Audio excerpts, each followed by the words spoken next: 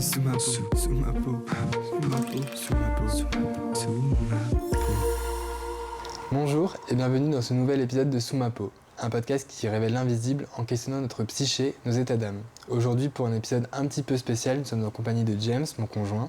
Je ne suis pas l'invité de cet épisode parce que nous allons parler de Valentin. Nous allons parler de lui et contextualiser le podcast Sous ma peau, on va dire, dans un sens plus général. Du coup, parle-nous un petit peu de toi. De ta vie, est-ce que tu as des passions, etc.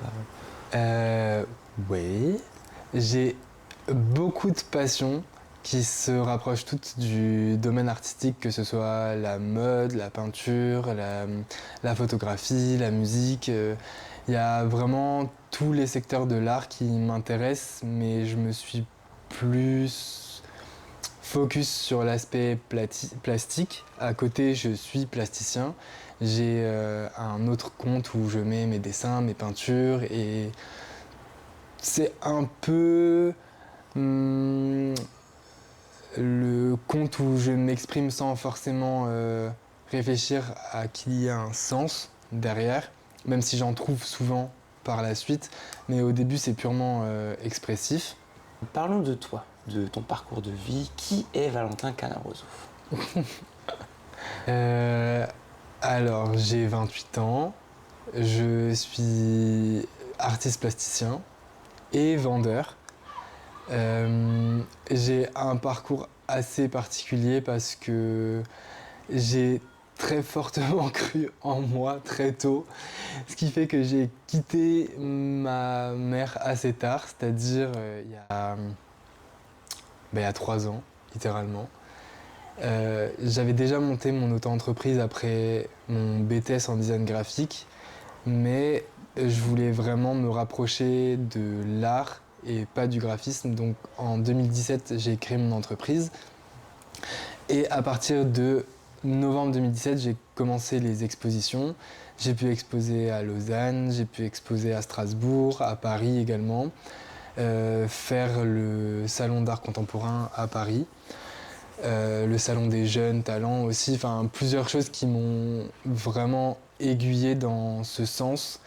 Et le truc qui me manquait le plus, c'était faire suite à une autre de mes passions qui est la discussion avec des gens autour de plein de sujets, que ce soit la sociologie, la psychologie. J'aime beaucoup, en tout cas je m'intéresse énormément à ce qui se passe dans notre tête, et j'ai remarqué en évoluant que nos parcours et nos expériences de vie nous menaient à réfléchir d'une certaine manière. Et je trouve que c'est intéressant de ne plus être dans le débat qui a tort, qui a raison, mais plus d'apporter différentes idées pour se rendre compte que on a tous quelque part un peu raison de penser comme on le fait, puisqu'il y a eu ce passif qui est très personnel et propre à chacun. C'est ce qui finalement m'a amené à créer ça, Sous ma peau. Donc c'est un peu comme si toutes mes passions et mon parcours me menaient à ce projet-là actuel. Ok. Oui, parce que du coup, la question que j'allais te poser, c'était pourquoi l'idée d'un podcast ? Mais je pense que tu y as répondu tout seul. Bah ouais, c'est plus pourquoi un podcast au départ qui ne devait pas être filmé, qui finalement l'est, grâce à un cadeau. Mais c'était garder une trace de toutes ces discussions parce que on évolue dans des sphères où on rencontre beaucoup de gens, où on a un entourage assez vaste qui viennent d'horizons très différents les uns des autres. Et à chaque fois que je parlais d'un sujet ou d'un autre, j'avais des avis pas forcément très différents, mais en tout cas qui n'étaient pas le même à chaque fois. Et je trouvais ça dommage qu'après une discussion de 30, 40 ou 1 heure, remarquer qu'il n'y a pas de traces de ça, ou en tout cas qu'on ne puisse pas le réutiliser par la suite. Et je trouve aussi qu'à l'heure Parce que tu estimes que souvent les sujets sont des sujets profonds qui peuvent être plus ou moins partagés avec d'autres personnes que juste ouais, grave. à deux. C'est super, enfin je trouve en tout cas que c'est super important, surtout on l'entend partout, mais À l'ère des réseaux et encore plus notre génération, là actuellement, il y a vraiment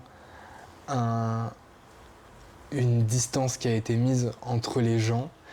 Et je trouve que c'est vraiment dû à un manque de communication. Et certes, des fois, on peut ne pas être du même avis, mais ça n'empêche que l'avis de l'autre est tout aussi important pour évoluer, pour se confronter à d'autres prismes, c'est clairement la clé de l'évolution ou du fait de grandir, c'est ne pas rester toujours dans le même schéma, mais d'apprendre des autres.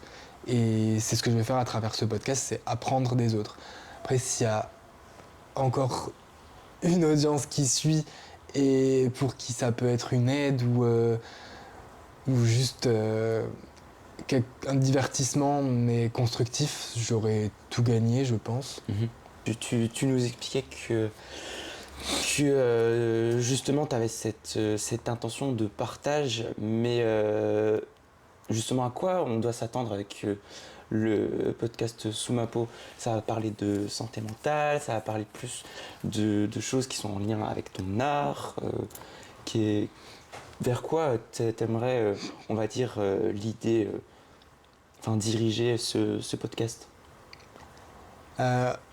Je suis pas sûr d'avoir encore exactement le comment dire le thème principal ou je pense pas qu'on puisse tout regrouper dans un seul et même secteur, parce qu'effectivement je veux parler de santé mentale, je veux parler d'art, je veux parler d'expériences de vie qui ont amené à un autre schéma de pensée également. Enfin, comme je l'ai dit dans le premier qui n'était pas filmé, je parle d'une expérience traumatisante quand même quelque part avec ce qui s'est passé dans ma Je vous invite à famille. l'écouter. Ce qui s'est passé dans ma famille, et je trouvais ça important d'expliquer qu'on peut grandir en ayant certaines croyances limitantes ou un schéma de pensée bien particulier, et un jour il va se passer quelque chose qui n'était pas prévu et qui va nous faire changer sur certains points. Et aussi pour dédramatiser certaines situations. Alors certes, on va sûrement parler de mort de temps à autre, de dépendance, de drogue ou autres, des sujets qui sont assez lourds.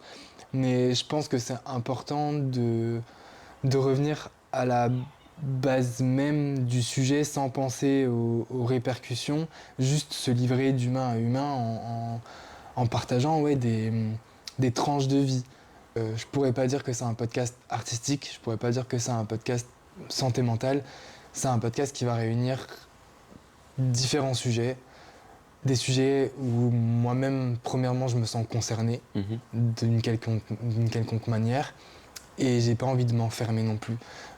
Si on vient me voir en me proposant un podcast sur je sais pas quel autre thème, et je sens qu'il y a un attrait derrière, j'essaierai de travailler l'écriture de façon à ce que ça rentre sous ma peau, mais je veux pas me bloquer. Oui, parce que les sujets peuvent... C'est toi qui peux les trouver et les chercher, parce que je sais que tu as envie de parler de certains sujets, mais il y a aussi le fait que le Sous ma peau peut être aussi un espace de comment on pourrait dire ça, où on peut se livrer, se décharger, parce que il y a peut-être aussi des personnes qui vont venir vers toi et te dire écoute, moi j'aimerais bien parler de ça. Toi ça peut te concerner ou pas, enfin pas forcément dans le sujet même, mais voilà, ça peut plus ou moins te parler. Mais c'est aussi ça, c'est aussi un espace où les gens peuvent se sentir en sécurité, une espèce de safe place. C'est exactement ça.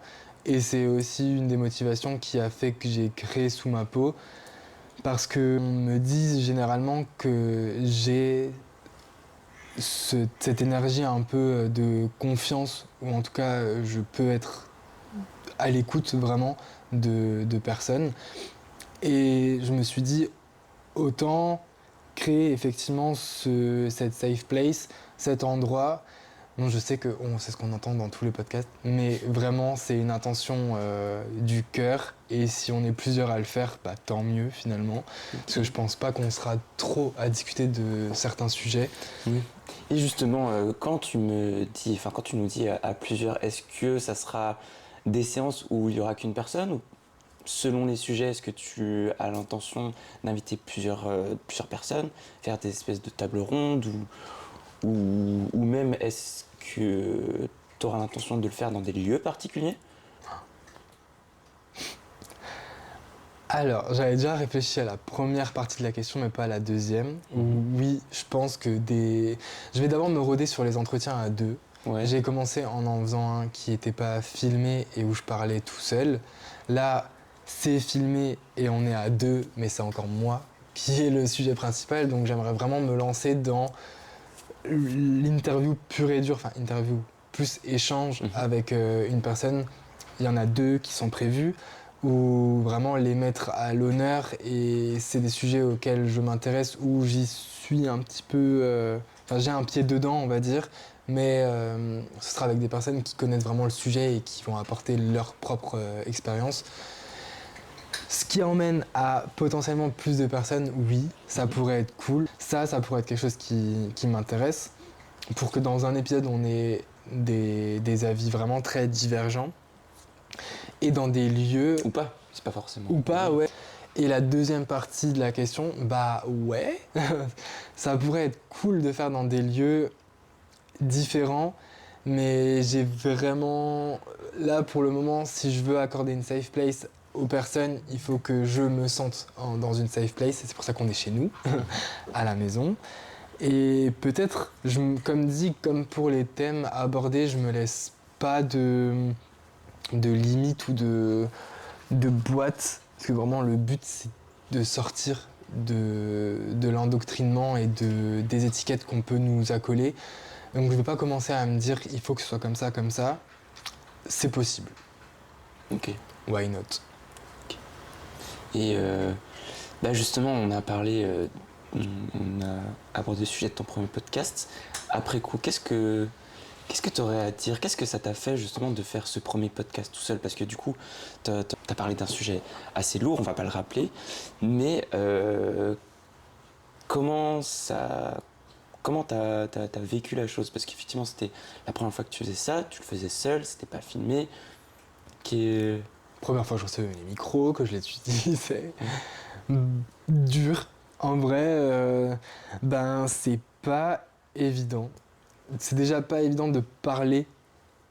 Enfin, il y a un truc très particulier qui se met en place dans ta tête, et je sais pas si tu ressens la même chose là, maintenant, mais on peut avoir des discussions super intéressantes avec plein de gens, nous-mêmes on en a déjà eu plein, mais se sentir suffisamment légitime pour s'enregistrer et se dire « Ah, c'est intéressant » ou « ça peut être important » et tout. Croire en fait en ce que tu dis, en ce que tu fais, c'est super compliqué. Et avant, tout ce qui était trauma ou questionnement que je pouvais avoir, ça allait directement dans mes peintures. Et ça m'aidait à l'exprimer d'une façon très distancée de moi-même, parce que je créais un objet qui ne m'appartenait plus. Mais là, j'utilise ma voix, maintenant j'utilise mon corps, j'utilise moi pour... En tant qu'image, ouais. En tant qu'image, ouais. Je ne crée plus l'image, je suis devenu l'image et le son. Donc c'était un exercice vraiment pas évident, mais comme je l'ai rappelé dans mes réseaux et notamment sur Sous ma peau, parce que j'ai mis longtemps avant de créer du contenu, c'est que je pouvais pas demander à des gens de s'installer là et de faire cet exercice sans que moi-même je m'y mette. Je trouvais ça encore moins legit de dire tu vas t'asseoir, c'est une safe place et puis tu vas me parler de tes traumas. Ok, mais vas-y, livre-toi, parle-moi de toi. Et je pense l'avoir fait avec le premier épisode. C'était vraiment pas évident, mais je sentais que ça devait sortir pour pouvoir continuer. Donc peur mais content. Donc je suis content d'avoir sauté le pas. Et je suis content de sauter encore un autre là aujourd'hui. Et encore un autre quand ce sera une personne que je ne connais pas forcément ou que je connais peu. Et voilà, ça va être que ça, je pense, petit à petit. Juste pour revenir aussi sur un petit point où tu n'en as pas forcément parlé, c'est le pourquoi le nom Sous ma peau. Et avant on parlait d'image, mais je sais que tu as aussi un logo. Pourquoi? Comment? Explique-nous. Ok. S'il y a des raisons particulières. Ou Oui, pas. oui, si, il y a. Il y a toujours. Dès le début, je savais. Enfin, avant de pouvoir me mettre à créer le contenu, je savais ce que je voulais comme plus ou moins fond et forme. Donc Sous ma peau, ça vient d'un projet, un des premiers projets que j'ai fait en tant que plasticien indépendant. C'était une série de photos très plastiques où il y avait des superpositions et c'était pour exprimer un peu l'anxiété, en tout cas mon anxiété. Et j'avais pensé au terme Sous ma peau parce que, certes, il y a plein de maladies physiques qu'on peut reconnaître facilement et il y a plein de maladies psychiques qu'on ne voit pas, qui ont énormément de mal à être reconnues déjà par soi-même, mais par son entourage, par la société, par toutes les institutions possibles. Et oui, tout ça se passe sous ma peau. C'est quelque chose qui ne se voit pas, qui n'interfère pas forcément visuellement. C'est juste parce que je dis que ça se passe dans ma tête que les gens peuvent le savoir, sinon c'est invisible. D'où le podcast qui révèle l'invisible, questionne notre psyché, nos états d'âme. C'est tout ça. C'est qu'est-ce qui se passe en toi. Pourquoi t'as ressenti ça et tout. Enfin, on revient à toute la mécanique de ce que je veux créer avec Sous ma peau. Ok. Et le logo, le serpent, c'est parce que c'est un symbole que j'ai revu très souvent dans ma vie. Toi, d'ailleurs, t'en as un sur ton bras. J'en avais dessiné avant et il y a vraiment la symbolique de mue, le fait de changer d'état, d'évoluer. Et je trouve que le serpent, il représente assez bien ça. Au-delà de toutes les symboliques dans le tarot, la spiritualité ou d'autres domaines, moi, ce que j'ai retenu de ça, c'est que au cours de sa vie, tout son être va changer et donc laisser une peau derrière lui. Et je trouvais que ça faisait sens. Sous ma peau, le serpent, le fait de transitionner. Ouais. Ok. Je trouvais ça intéressant. Ok. Du coup, je pense que moi, je t'ai posé toutes les questions que j'avais envie de te poser. Est-ce que tu avais envie de parler d'autre chose ou de dire encore un commentaire sur quelque chose de... Voilà. Ouais. Déjà, je trouve que c'est cool d'avoir fait ce... Parce qu'il faut savoir il faut sachez. J'ai les micros depuis quelques mois. Je galère. Donc, je suis content déjà d'avoir passé ce cap du « ok, on s'en sert ». Là, maintenant, j'ai reçu la caméra, donc il y a ce test-là. Et je trouve que c'était une très bonne idée qui était la tienne, de faire une première vidéo podcast qui sera retransmise sur Sous ma peau et sur ma page principale pour justement contextualiser ce que c'est le podcast. Parce qu'en soi, les gens, après le premier que j'ai fait, il n'y avait pas forcément de DA, il n'y a pas de ligne directrice, donc qu'ils sachent au moins et voir si ça vous intéresse. Et oui, comme je l'ai dit avec le premier déjà, n'hésitez pas à m'écrire, donner vos avis, vos conseils à des potentiels sujets à aborder, même si c'est à aborder avec vous. Si vous êtes quelqu'un qui avait quelque chose sur le cœur ou une expérience marquante, quelque chose qui vous a transcendé un jour et que vous voulez le partager, vous pouvez le faire avec moi. J'espère en tout cas que ça vous a plu, que ça vous aiguille un peu plus sur ce qui va se passer dans ce podcast. N'hésitez pas, comme dit, à me contacter, à m'écrire, me donner vos avis, vos conseils, comme je l'ai dit avant. ou à me donner un sujet qui vous intéresse et on verra si on peut l'aborder ensemble. Je pense que c'est tout. Donc on va s'arrêter là pour aujourd'hui. Merci d'avoir écouté et regardé. Et n'oubliez pas de prendre soin de votre monde intérieur. Sous ma peau, sous ma peau, sous ma peau, sous ma peau, sous ma peau, sous ma peau.